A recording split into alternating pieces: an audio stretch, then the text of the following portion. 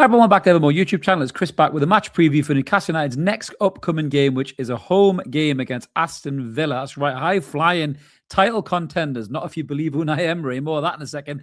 Aston Villa coming to St James's Park. Now, it's a very good game. This is always a good fixture. We've got a good record against Aston Villa over the years, but Aston Villa are really good this year.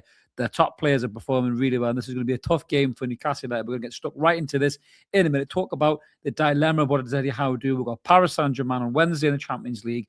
Could get through that, could get into the top 8 and get a guaranteed place in the next Champions League round, or do we go full out at the Premier League because we still need to make sure we get Champions League next season? It's a huge dilemma for Eddie Howe, and hopefully we can pick a team there that maybe be close to what Eddie Howe will pick. But just before we do, a little reminder, if this is the kind of thing you guys like, smash subscribe below. Help get us to the next milestone, which will be 13,000. We're close to 12.5. So smash that button, guys. Help get us there. All free content, never more.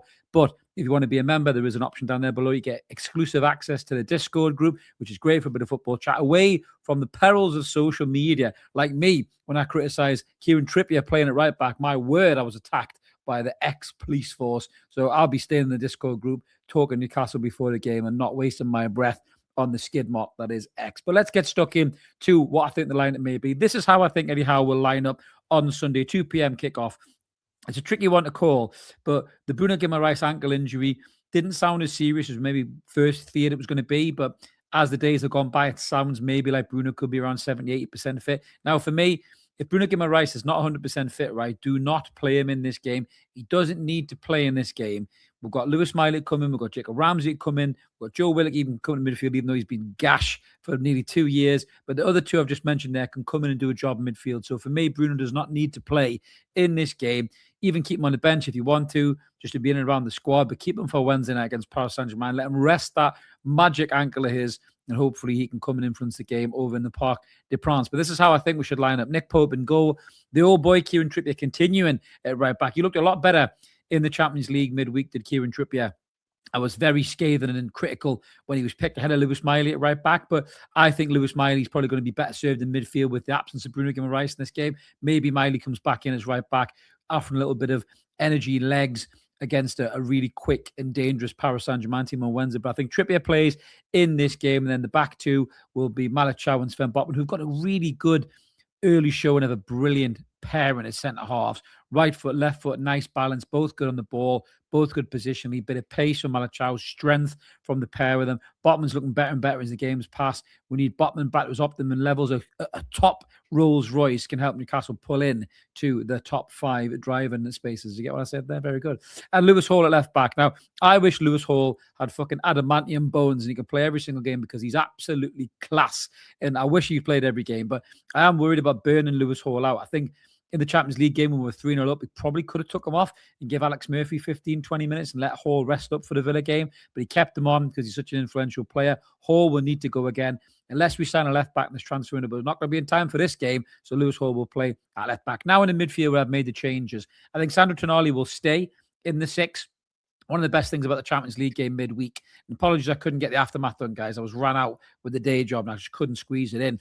But Sandro Tonali dropping in as a third centre-half in that game against PSV was really good for the overall balance of the team. And I think if Tonali's still in the squad, still in the starting lineup for Sunday, which I think he will do, he could still do that again, which might help prevent Villa pushing and pressing and maybe deal with Morgan Rogers as well, who's a real danger player for them. So I think Tonali stays in the team, as just Joe Linton, for his physicality. Villa are really patched up in midfield, and I think we could dominate that position of the pitch. And normally, if you dominate midfield, you normally win games. Lewis Miley is going to come into the midfield. I love the way this kid plays. He controls the ball so well. He's dictating the passing.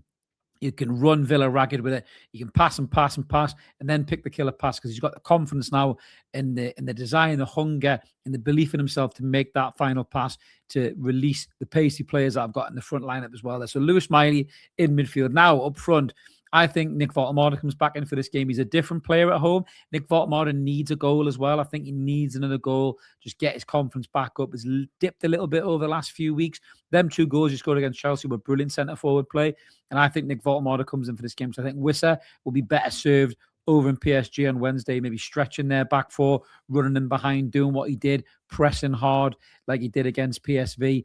I think Nick Voltemade starts this game. And either side of him, it's an interesting one. So I've got Anthony Elanga, believe it or not, after I've wrote him off in previous videos, coming in the right-hand side. Elanga showed a little bit of something, a little bit of desire, a little bit of, maybe we can't write him off too soon, but his pace is electric and dangerous, and it's going to cause Villa threats. It caused Villa threats in the very first game of the season, but he just didn't take his chances. That sliding door moment where he took a shot and span it wide instead of squaring Gordon for a goal. Had that been different, maybe we'd have seen a different Elanga, would have got off on a good footing, and he might have been a better player. But I think Elanga will get a chance to start in this game in the Premier League at home, St James's Park. The crowd sang his name when he come off the bench, and it really seemed to fill him full of confidence. I'll give him that. I was critical of Eddie trying to be a little bit too care-beary, telling us to love a player, even though he showed us nothing. I was watching the Geordie Journals. I think Liam was absolutely bang on where he said players have got to give you something to get something back. And that was the point that I was making. But Elanga did certainly do something when he come on against PSV. It could give him a little bit of confidence. So I'll put Elanga on the right-hand side, and I'm not starting Gordon in this game. I'll give Gordon the rest. I'm going to play Harvey Barnes. And the reason I play Harvey Barnes is mainly because Barnes will tear you apart again as the song goes. But Barnes is in such a rich vein of form. I don't think you can take him out of this team. And with Nick Voltemada maybe sliding back a little bit in terms of his confidence, Boy's still a good finisher, but he's not. He snatched at a few chances, but if we get a chance against this lot, Barnes will put this away. Barnes has got 6 goals in 15 appearances against Aston Villa for Leicester and for Newcastle United. They hate playing Harvey Barnes, and Harvey Barnes is in a rich vein of form, and I want to start Barnes in this game. Let him get his goal, let him get an assist, then take him off, sub him off for Gordon if you want, rotate those 2 players, and then you play either one of them left and right against Paris Saint-Germain on Wednesday. But that's my starting lineup for Newcastle United, and I think it's a good starting lineup, and I think it's a starting lineup that could cause damage to a patched-up Aston Villa side. An Aston Villa side that their own manager, Unai Emery, good evening, as he says. That sounds like I'm taking the piss. I do like Emery. He's a very good manager, but I can't help but seeing the fucking count from Sesame Street when I hear him talk. I'm sorry, I really can't. 1, 2, 3. It really reminds me of the count from Sesame Street. There's a reference for some old fuckers like me in the chat. But he turned around and said that Aston Villa weren't top 5 contenders, which is weird. I know he's trying to manage the expectations and maybe trying to throw off the likes of Arsenal and City even because they could sneak up on them. The 3rd in the league at the minute.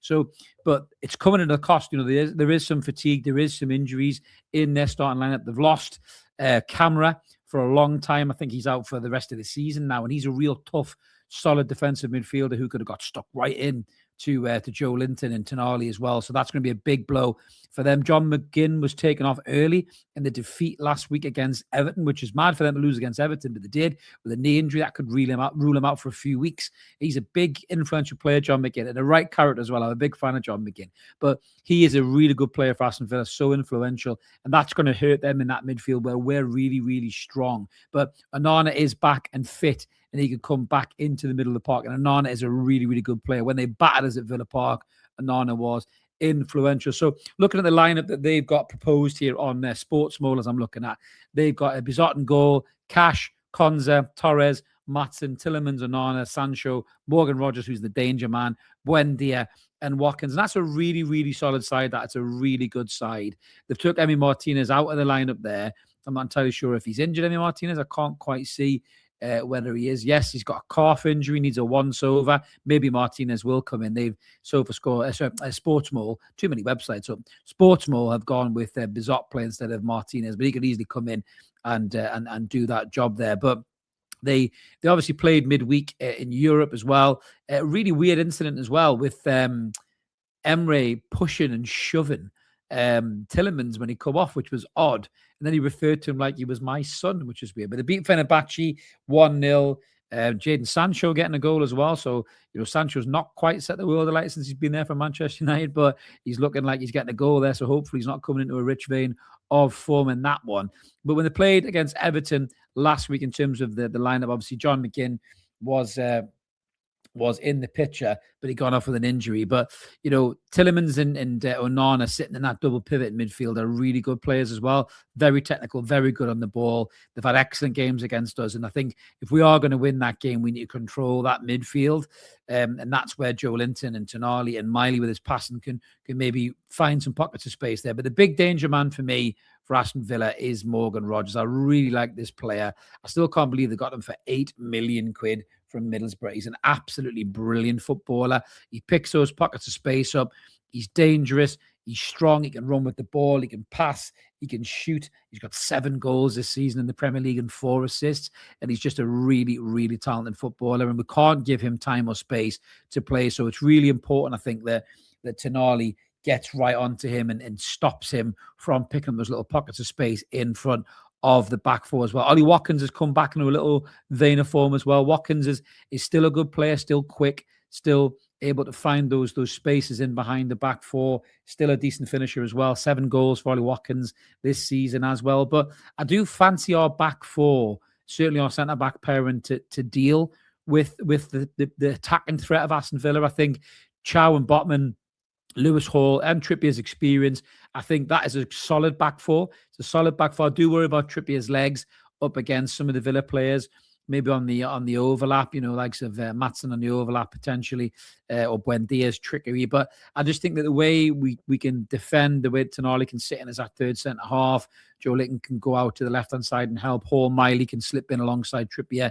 help him out on the right-hand side when he comes in for Bruno. I think we'll have enough to really stem Villa's play, although they're a really good side. And I'm not taking them for granted at all. I think it's going to be a really, really difficult game for Newcastle United. But even though we're rotating the squad there, I think we've got a really good chance of winning this game. I do. I mean, Villa are in absolutely brilliant form this season, in terms of sitting third in the Premier League.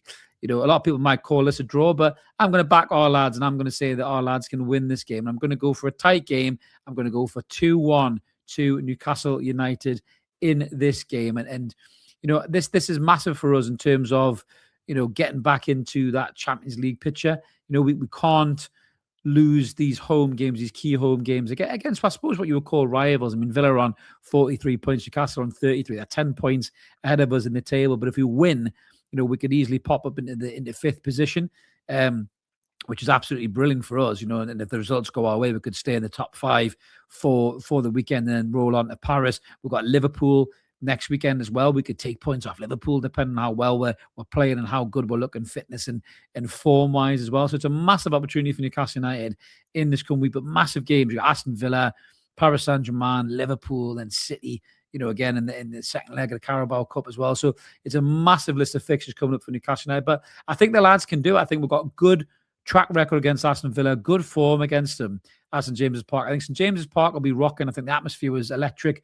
through the week. I think a big game against Villa, there's a little bit of needle between some of our fans as well. I've never bought into it. I've got mates who are Villa fans, and I don't hate Aston Villa at all. I've got a lot of time for Aston Villa. There is some weird fucking Villa fans on social media, though, seem to be obsessed with Newcastle and, living their life through Newcastle losing games, which I just think is really, really odd. I don't give a shit if Villa win or lose unless they're playing against us, but some fans are just really weird. They have personal vendettas against other teams that have no involvement with them at all, no geographical rivalries, nothing, which is just a bit odd. I mean, I hate Man United because I grew up hating Man United. I've got a tangible reason for that because they won everything. That's why I hated them. But it's very odd how some of these Villa fans hate Newcastle. But I think this will be a really, really tough game for Newcastle. But we seem to have a little bit of confidence, a little bit of swagger back at my step there in terms of, the Champions League performances. It hasn't always translated doing well in the Champions League and then coming back to the Premier League. We've had some iffy performances, but the fact that we're at home again, the fact that we've got a good record against Villa, the fact that the players will be bang up for putting in a good performance, Newcastle should hopefully have enough to get the job done, even without Captain Fantastic, which is normally quite difficult to do. But let me know in the comments below what you think about our lineup, what you think about Aston Villa as a team. Who's a danger man for you? It's got to be Morgan Rogers for me. Brilliant footballer, really, really good player. But is there anybody else you're worried about? And do you think Newcastle may struggle to get a result in this game, or do you back the lads as well? Always like to hear from you. Like, subscribe, hype the video, do what you can, help the channel grow. I'll be back with the post-match analysis from the Villa game on Sunday, and then we'll be back for another What's Going On Monday night. It's back, baby. So come and join us on Monday night too. But thanks for watching, everybody. Have a belter. See you later. Cheers.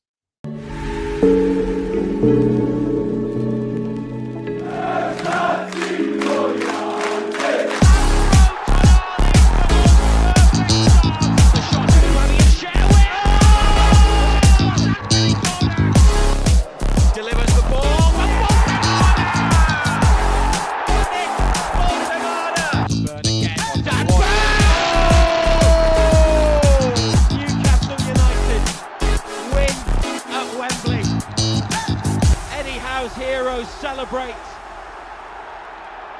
They have done it.